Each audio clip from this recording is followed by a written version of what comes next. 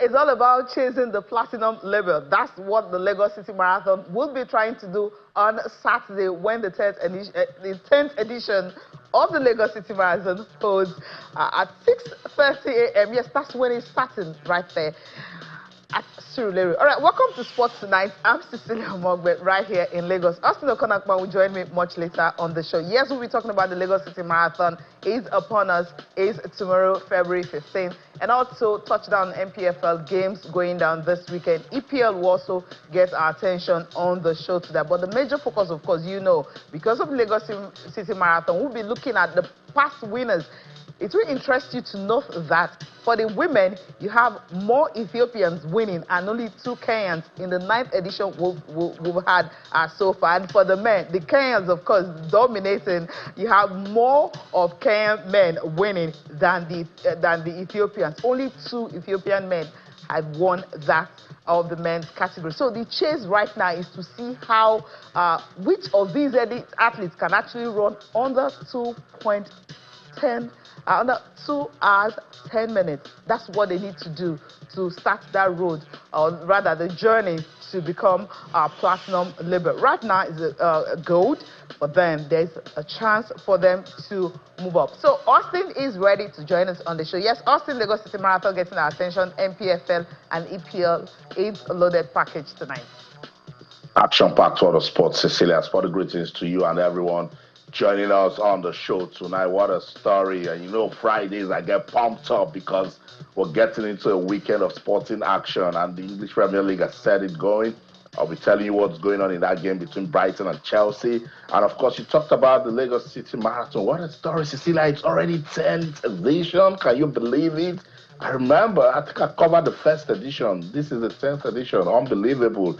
And it has actually done good in promoting marathon, you know, in Nigeria. Let's see what it will give to us again this weekend. Of course, the Nigeria Premier Football League. What a story. Remo Stars, they do not want to take their eyes off the league title. They are going strong. Shooting Stars, despite what happened in Ilori, can they get their season back on track? Rivers United did just enough to beat Lobby Stars on match day 23. Can they keep it going on match day 24?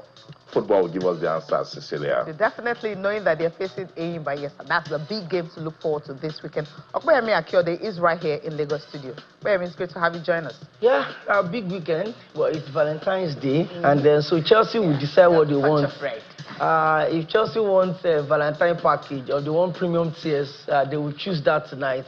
They met Brighton just, I think, last week Friday.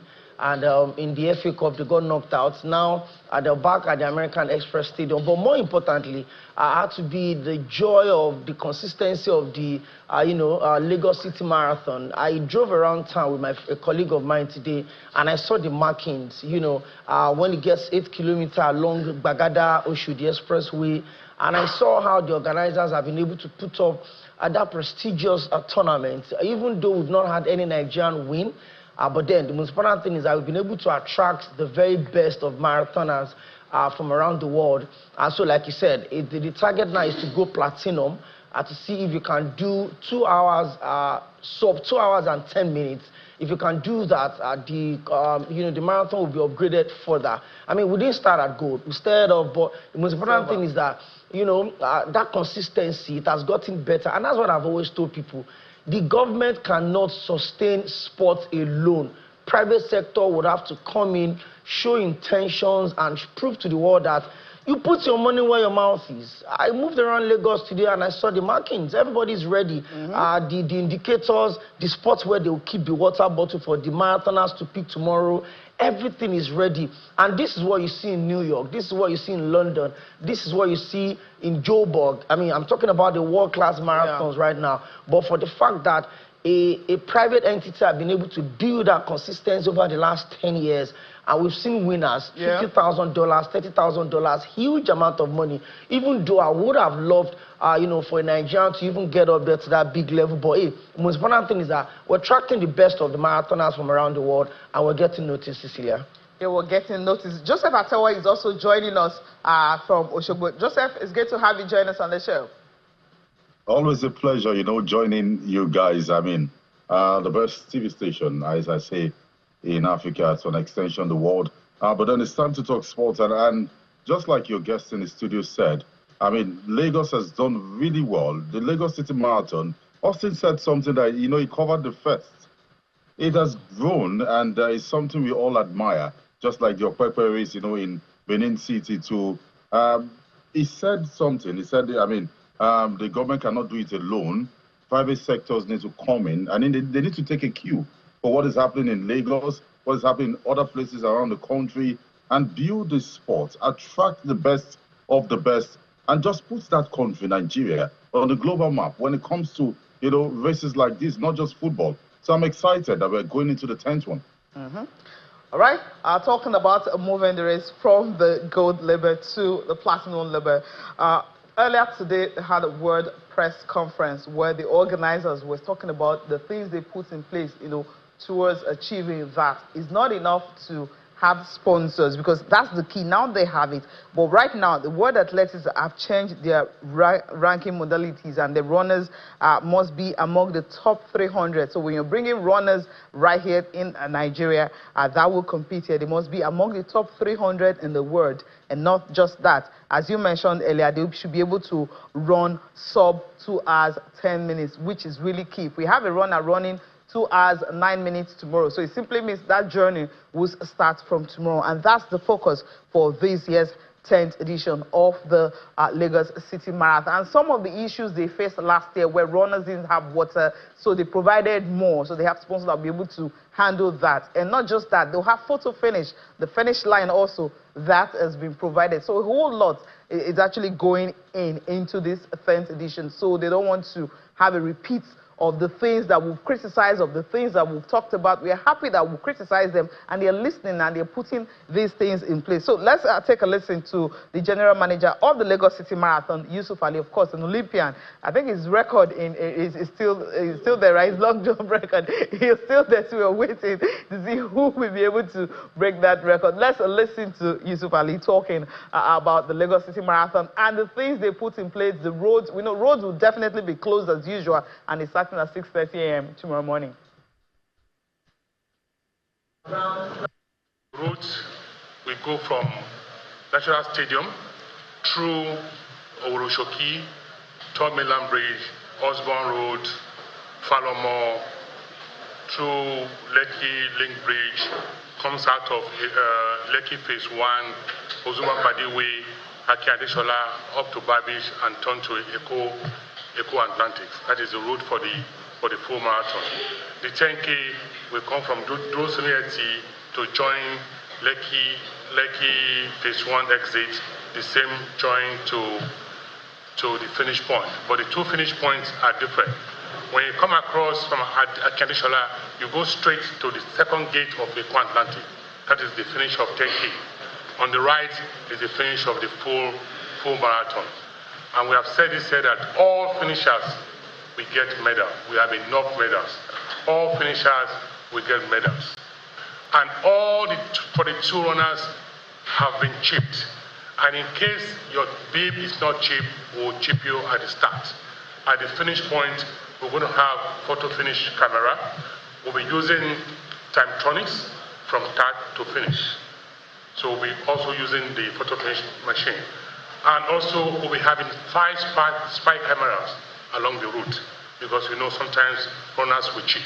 We all know that we are chasing platinum label. There's no single one in Africa. We're hoping to be the first one in Africa. Don't forget that we're the only marathon in the whole world that attained a silver label under 4 years. And also the issue of doping will come to play. We are going to do, I think, about 20 samples. 12 will be urine samples, 8 will be blood, because now we have blood doping in races. Now, a whole lot covered there. I hear you, just nodding your head, because of what he has been saying. Also, I'll throw this to you. We know, that road to that platinum label, is already on. When it was silver, the prize money was $30,000. When it became gold label, it was $50,000. And of course, when it's more than that, the prize money will definitely increase. But hey, I know you loved everything that he talked about. Those issues we raised over the years, now they've been able to handle it, and then we expect more like a perfect race tomorrow morning.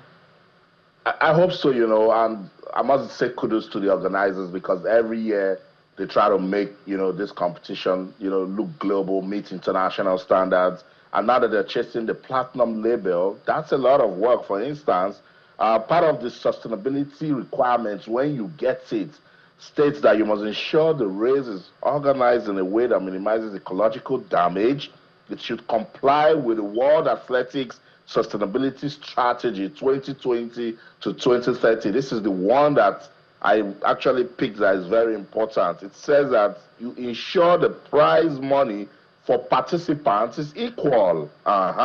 You see? So the World Athletics, they want this, they like it when particularly countries that aren't so big in athletics start doing those things that are kind of, new. Yusuf Ali just mentioned that no marathon in Africa has got a platinum label. So that would be really good for Nigeria if they can get it right, give us a world-class race tomorrow, everything on point, planning and organizing to the latter, make sure that it is proper, there's orderliness, it is professional. The World Athletics will have any chance to say, look, that's the stamp, platinum, take it and go. Let's listen to representatives of World Athletics. Yes, they're right there in Lagos, Nigeria, and they're watching. Listen. One of the key things is to have great sponsorship, with the race already does. So that's already a win for Access City, Lagos City Marathon. The next one is going to be the performance of the athletes. I know there are a lot of elite athletes that are already present over here. So we just want to make sure that these elite athletes perform tomorrow and have those times under 2:10 that Yusuf was talking about, and making sure that the event is successful overall. And so that will definitely take them to the next level of being platinum. It's a marathon where sports meets culture, which is what Lagos City is all about. It was kind of a different concept for me when I first came here for the first couple of editions, but now I truly embrace it. It is part of what Lagos City is. It's what Lagosians are all about, and so it's a totally different atmosphere and environment when it comes to the marathon, that everybody who's very, very serious about running a marathon should come to Lagos City to experience that. I like it. I love it so much. Just the other day on the show, Cecilia, we're talking about Esports 1. We had DJ Drogba and some representatives. Now we're talking about the marathon with the Lagos City marathon and what they are chasing. I keep saying it that with our population, with our talent, with our people, Nigeria can do more. Okpeyemi, when you take a look at the Lagos City Marathon, particularly with Lagos and its population, the way they go about organizing it and make sure that the routes, Suvali just announced the routes and, everything that they need to do to ensure that the runners have got the road. It's important that we stay true to proper planning of PME because the world is watching. I mean, it's a win-win for everybody. First off, Lagos State government had also shown tremendous support to grow, this marathon in terms of logistics, providing the marking, security. And let me quickly go back to what Mr. Ali said. It shows the level of commitment that everybody wants to get into this one, because the ranking is on athletes' performance base. Yeah. Once the athletes can do sub 2:10, there's no basis. Just submit the whole condition and meet all of the conditions that Austin listed. IWF does not have a choice. So, I mean, it's a big tourism potential for Lagos as it is. Yeah. And I mean, tomorrow the entire world will probably be focused on Lagos. Let's see what the athletes will be able to come up with. And I'm really hoping that everything will go according to plan. The test they will be able to run so that there won't be anything like cheating in between. It decreases, your chances of getting to the next stage in terms of certification. They have the spy cameras. So they got to be spy cameras and more again. You'll see that there will be a lot of surveillance, covering from spot A to spot. I told you how we went around town today to see their markings and all of that. And again, Lagosians they've embraced it. People would come out tomorrow. 2 years ago, last year I was there, and then, people came out, even people, I'm sure maybe a lot of them didn't know that you can't give the athlete just anyhow water. Yeah. People were offering the athletes sachet water. They were offering them a regular bottle water. Lagosians have embraced this. Some people are running with them, making videos with them. So it's a win-win for everyone involved. Apart from the fact that going to platinum increases the prize money, it also tells the entire world that we're not just known for football. If we put our heads together, we can actually excel in other sports, and athletics is certainly something that we should focus more on. All right, let's take a look at the past winners. I mean, if you just the Ethiopians and the Kenyans are the ones that are dominating the marathon in Lagos. In fact, across the world, they are the ones. Sometimes you see, you know, athletes from Eritrea, sometimes from Sudan, sometimes Morocco. Yes, I've seen that. But then it's always the Ethiopians and the Kenyans, and we know why. The topography actually favors that, and they're taking advantage of that. Now, let's start off with the men. The very first edition was in 2016, and in Kenya, he won it 3 times in a row. It was a tripit for him. Abraham Kiptum won it in 2016, 2017, and 2018. So just one Kenya winning the first edition, second, and the third edition. Now, what happened in the fourth edition? That's when an Ethiopian came in. Sintayosi Legese won it in 2019. And 2020, you have David Bamasai of Kenya. The sixth edition also went to another Kenyan. That's in 2021, Emmanuel Nabe.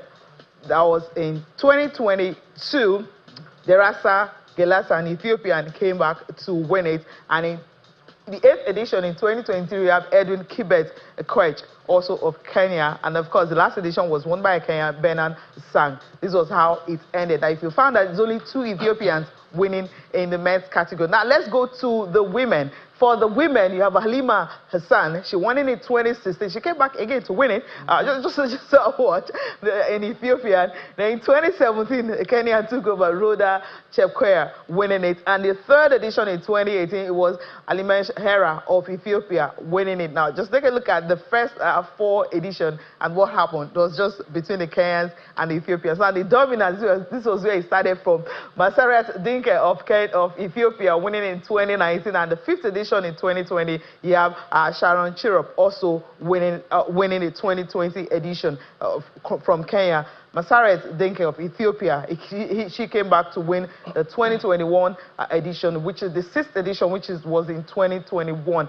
And Saranesh Yenga of Ethiopia in 2022, she won the 7th edition. The 8th edition went to Alimesh Hera. She won before. Now she came back in 2023 to win it. And of course, Kebene Chala, she hasn't won it at all. So it was her first time of winning it, and that was in 2024. That's an Ethiopian. Now, Joseph, we've seen the winners, right? It's all about the Kenyans, the Ethiopians. They shared it among themselves 8 times for Kenya, for the Ethiopians, for the women, 2 for Kenyans, and then for the men, 8 times for the Kenyans, then the Ethiopians 2. So now, tomorrow, we're expecting, if someone can actually break the record, the course record, and not just that, maybe from another country, who knows? It's possible, right?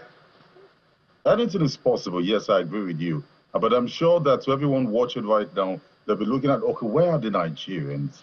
But then they must understand that we are not, popular when it comes to sport like this, talking about long-distance races. But we can get there. It's the Lagos City Marathon race. I mean, anything is possible. And I still believe that to go to any of these countries, you've mentioned Ethiopia and Kenya, it will definitely go to any of them. If there will be a surprise, maybe Uganda sneaking in, but I still feel like it will lie between Ethiopia and Kenya. But for Nigeria, I mean, it's a wake-up call for us. And it still goes back to the sport ministry. How can we, get these guys? There are a lot of them on the streets. We can build up. Give us a 10-year plan, 15-year plan, we'll get there. But then kudos once again to the Lagos State government. But in as much as we are organizing these, we should also create a platform to ensure that at least a Nigerian in the next 5 years, and being realistic here, should be clinching this. Yeah, Austin, you're smiling, right? Is that from you? Chuckle? 5 years, no, it's realistic. Come on, they can start something. Yeah, it's Nigeria is so blessed. Like, we're so talented. We have the people. I remember Deborah Palm. I remember Abubakar. I remember Saeed. They try. But what have we done? When did people even start seeing? Let's be sincere. Most of the persons that got into marathons and road races in Nigeria weren't getting into it for us to win it first. we got to expose the sports and then also, to an extent, the business angle, which is not bad because that's what has given us world recognition now. But when you go to the plateaus, we've got talents in Jos, down to Adamawa. Those guys, they have the talent.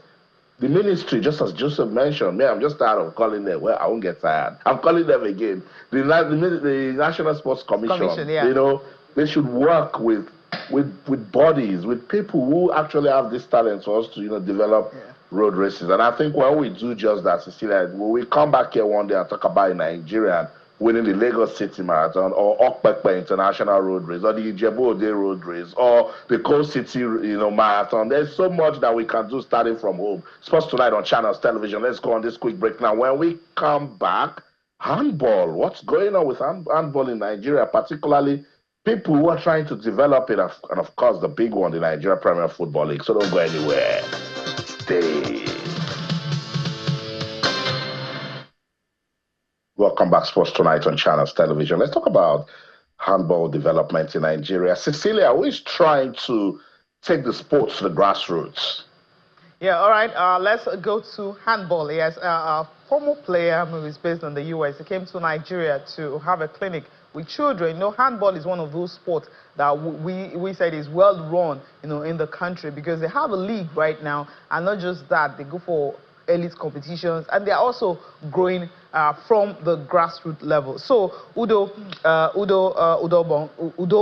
who came to Nigeria to actually mentor children on the game, especially those that want to take the sport. We know that right here in Nigeria, any child growing up, the first thing they pick up who is interested in sport is football. But now, we want to see how you can actually tell them that it's not just football alone. You have handball, you have volleyball, you have basketball, you have other sports you can actually excel in. And of course, you have a league where you can play. Let's listen to the organizers, what this means for Nigeria and of course for the kids that are taking part in this clinic. My hope in running this clinic is to provide the inspiration for one of the athletes here to go on their own international journey. Handball has opened doors for me that I didn't know were possible. And me running this clinic is me hoping to motivate, educate, or inspire somebody from my diaspora to be able to do something similar to what I've done. And maybe 15 years from now, the Niger Ninja that's at this clinic is representing Nigeria all over the world. The only way to know or to get the best among them is to let them engage among themselves, play, train, and then we can be able to see, we are here now to see who and who we can take further, who and who we can invest more time in. After this program, we have another one coming on in April, which we want to do for Games Masters, also to introduce handball to schools in preparation for the Okpekpe Cup coming up in May or June. Because of festival, I think we'll do it in June, because we have the festival, zonal dimension this month, and the final festival in May. A lot of them are playing the game for the first time, and that is how we'll keep unearthing new talent. I think such camps, what it will help us do is to bring new talents into the game of handball, and it has to be like a factory. This camp has to be like a factory that will keep producing handballers for the state and the national team. Like a factory, right? There's something already going on. They set up a system, and definitely this system will produce more athletes for the leagues and also the national team. Yeah, system works. It's about what you put into those systems. And then, like I've always said, we've spent so much time focusing on football, and I'm not even sure we've gotten as much as we should get. Yeah. Yes, we've dominated under 17 at the World State, won it 5 times. Unfortunately, we didn't qualify for under 17 AFCON. That means we're not going to be at the next under 17 World Cup that is going to be held in Qatar. So it's not like football had given us, blown us out, despite all of the effort. So why don't we start focusing on other sports? And sometimes you think some of these clinics are concentrated in the southwest, maybe in Lagos. Why don't we also expose the other part of the country to this sport? We talked about marathon the other time. Austin was mentioning Deborah Palm. I was telling you off the camera that I know her very, very well. How hardworking she's always been when I was staying in Jos, when I was serving in Jos. And she's been the highest finishing Nigerian in the last, I think, 4 or 5 editions of the Lagos City Marathon. So why don't we push these other sports? Cecilia, you need to go to schools that are collecting sports wares, schools secondary schools that people are paying hundreds of thousands as sport fee. They don't do anything. They don't even have sport facilities. The only thing those kids have are just sports wears that they wear on Wednesday. They wear it to school, they wear it back home. There are no pitches, there are no indoor sport halls. Okay. We need to focus on this. Such a very remarkable point right there. Okay, let's leave handball because we can spend a long time talking about grassroots development in other sports. Now we'll go to NPFL. Austin, I mean, big games are across, this weekend, especially Enyimba and Rivers United. Now, that's, a grudge match, the two coaches, the importance of this particular one. So we'll start out with Saturday, match day 24 fixtures. Enyimba will be hosting Rivers United. Remember, just a midweek in their rescheduled game, they lost to Benin Insurance right there in Benin City. So you now have Kano Pillars and Abia Warriors will also be in action. Kwara United, after that, brushing of 3SC, they will be hosting Ikorodu City. That's going to be a tough one. Plateau United and Economic Warriors. You have Lobby Stars and Katsina, Sunshine Stars and Kwara. Sunshine Stars will be in action in this one against Akwa United. And let's go to Sunday's fixtures, the game you're having on Sunday. Some of the games, we can quickly take a look at it. But then, no, before we see that, Austin, just a quick one. Okay, yeah. Rangers hosting Remo Stars, Heartland and 3SC, and Benin Insurance and Niger Tornadoes will complete that match day 24. I mean, Enyimba, Rivers, that is the key game this weekend. It's a big one, no doubt. But when you take a look at it, it means so much more for Rivers United than it does for Enyimba. So Enyimba also need to get back into proper reckoning, so they would want to win that. And I must say, if Rivers United lose that game and Remo Stars win at the Cathedral, then it will get really, really tough. They most likely, will just drop off that league title chase because there was a big dent, when they played that 2-2 in Port Harcourt. But yeah, that's a big game. It's Enyimba, arguably the most recognized club side, when you talk about football in Nigeria. And Rivers United also, they've done their bit in the last 5 years to stay relevant. Big game. But when you look at the league table, as I said, it doesn't really, say if it's a sort of game that we should have something to, talk about. So that's why I'm shifting attention to Rangers versus Remo Stars on Sunday. That's a massive game, And Remo Stars will go into that game with everything that they have in them, thinking, look, we're going strong. 6 straight wins, unbeaten in their last 8, on top of the league table. They will go back and say, Shooting Stars came here, they defeated Rangers. Kano Pillars came here, defeated Rangers. So yeah, we can actually do something. And this Remo Stars team, they have picked form. They have this understanding. Shout out to Coach, Coach Daniel Ogunbode and what he has done with the team. They are staying focused. The management is also doing their beats. We're not just talking about Remo Stars for the men. We're also talking about Remo Stars ladies and what they're doing. I listened to Coach Wemimo Matthew, and she talked about the sort of support she has received from that club. And you can tell, Cecilia, that it's just structure and what they've got in place that is working for Remo Stars. A quick look at it again. I think another important game can be Kano Pillars and Abia Warriors. After winning their first game in their last 4 matches, Kano Pillars will be hoping to consolidate against Abia Warriors, a team that I think is very decent. They are now in the top form. Top 4. Coach Imama has done a good job with this team. They are very formidable at home. You go to Umuahia, they punish you. They need to also prove that they can go away and win. I think from the first stanza, they had 2 away wins. Yeah. I will never forget that one that they got in Yenagoa when they defeated Bayelsa United. Yeah, that's Shady Kenneth's beautiful goal. I love everything that has happened, already, in the league, match day 24. It will definitely give us something to talk about. And when you take a look at it also, there are other games, even the ones I have not mentioned, that will definitely get us talking. Yes, I think I'm also going to focus on the Plateau United versus El Kanemi Warriors game. Plateau United manager Coach Mangut was given a 3-match ultimatum because of the bad result. The last time out against Niger Tornado. Niger Tornado plays their games in Kaduna because of the renovation going on at the Kutangora Stadium in Minna. So they've been playing their games in Kaduna. And Plateau United got a 1-1 draw against Niger Tornadoes. Yeah. They returned to the Jos Stadium this weekend, where they will play El Kanemi Warriors.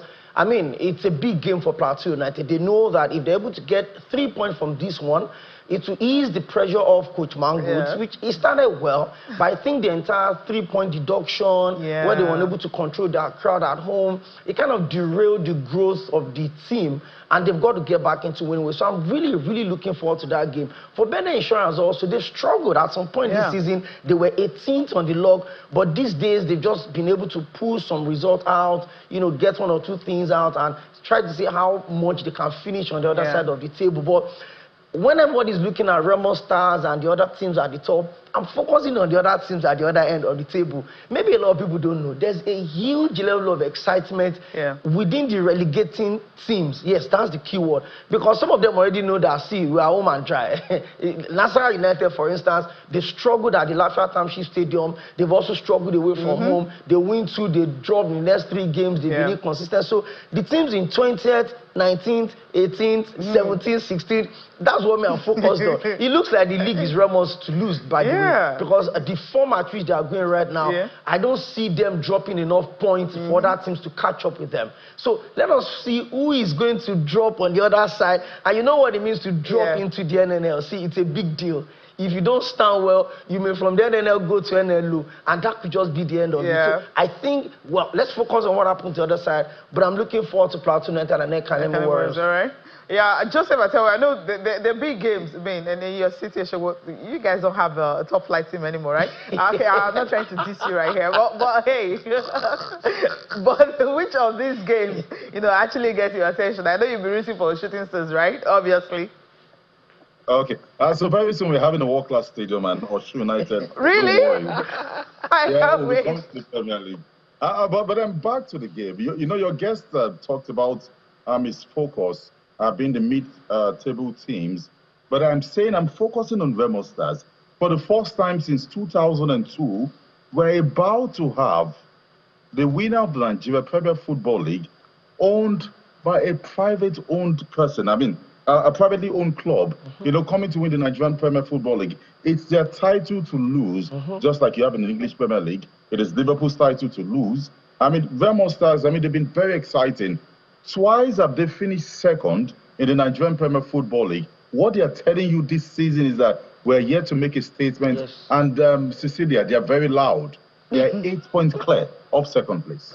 They're loud. They're loud and clear. But then there's something they'll have to do on Saturday, Sunday. Their game is on Sunday. There's something they have to do to ensure that they maintain that when 3SC drop those points at Ilori, it shows that the Remo Stars, that 8-point clear is still there.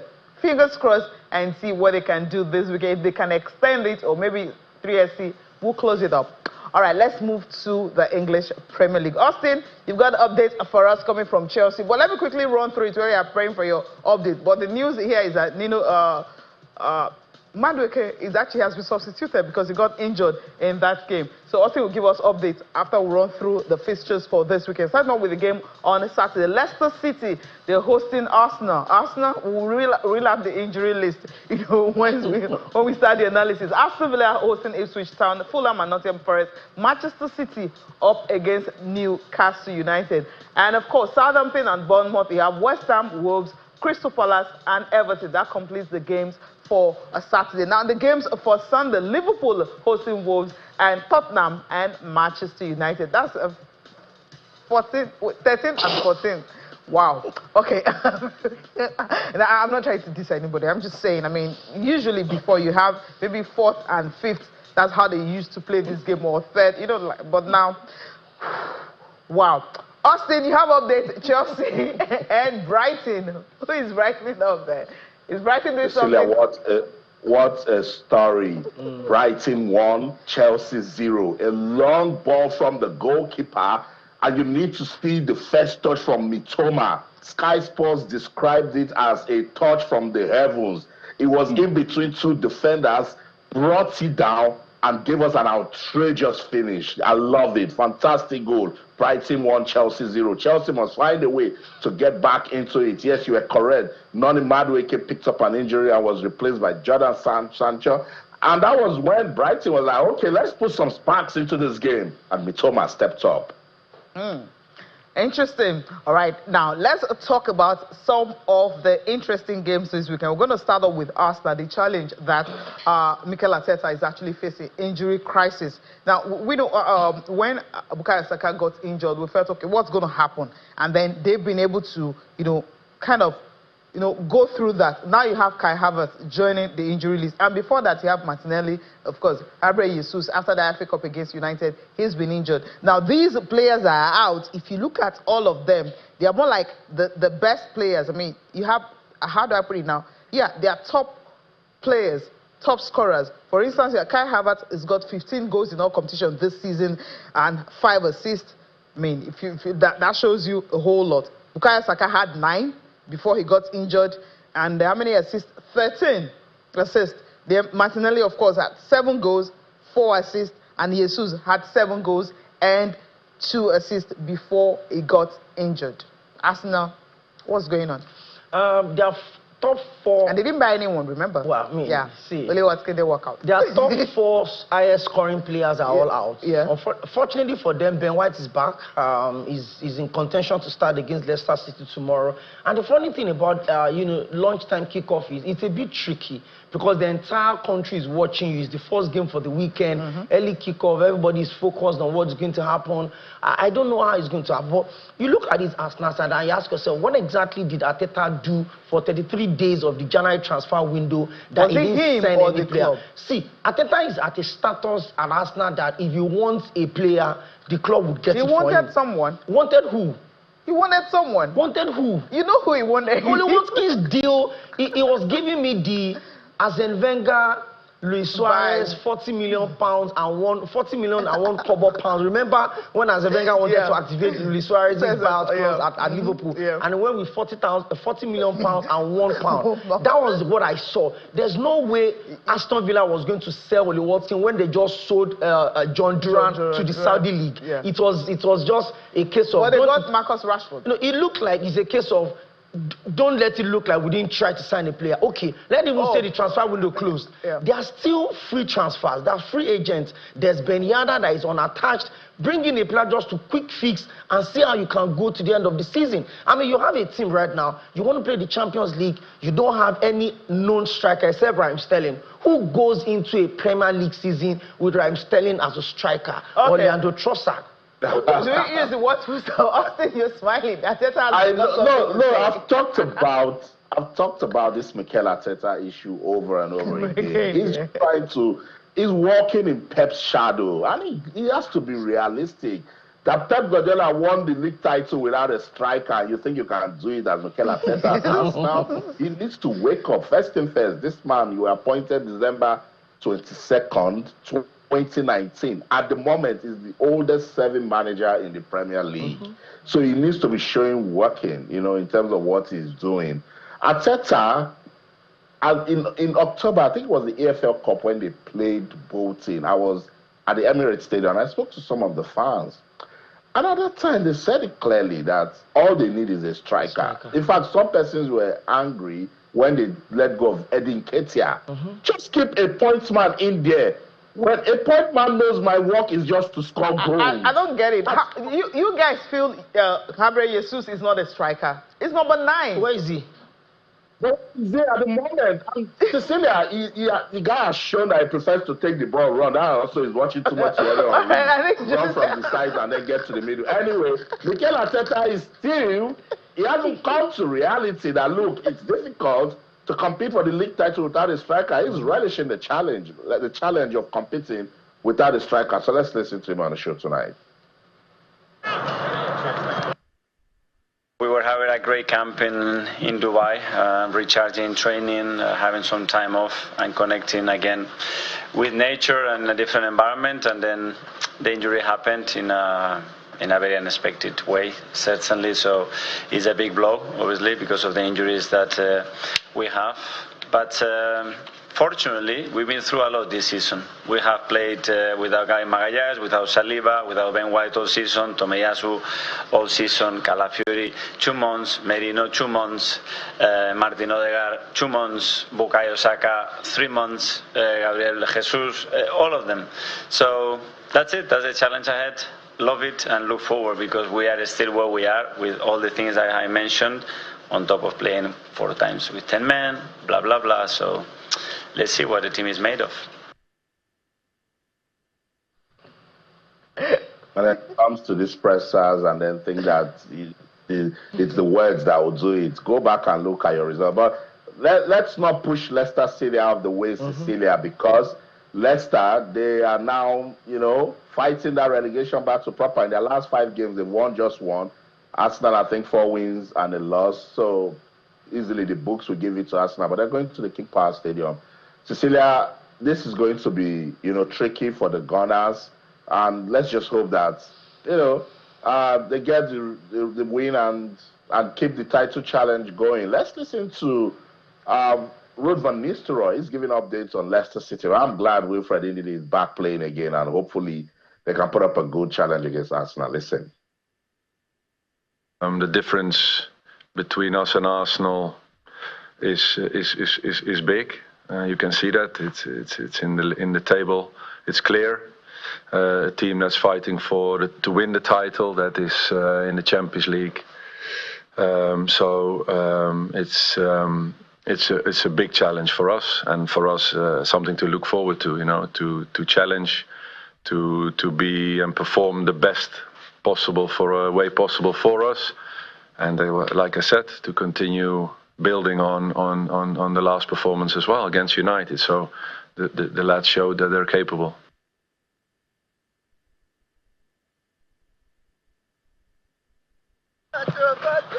Yeah, they showed that they are capable. What they did against United, see what they can do. Joseph Atel, were you there? I just react quickly on this one before we go. Okay, I think maybe Joseph or Austin will join us much later. But a quick one on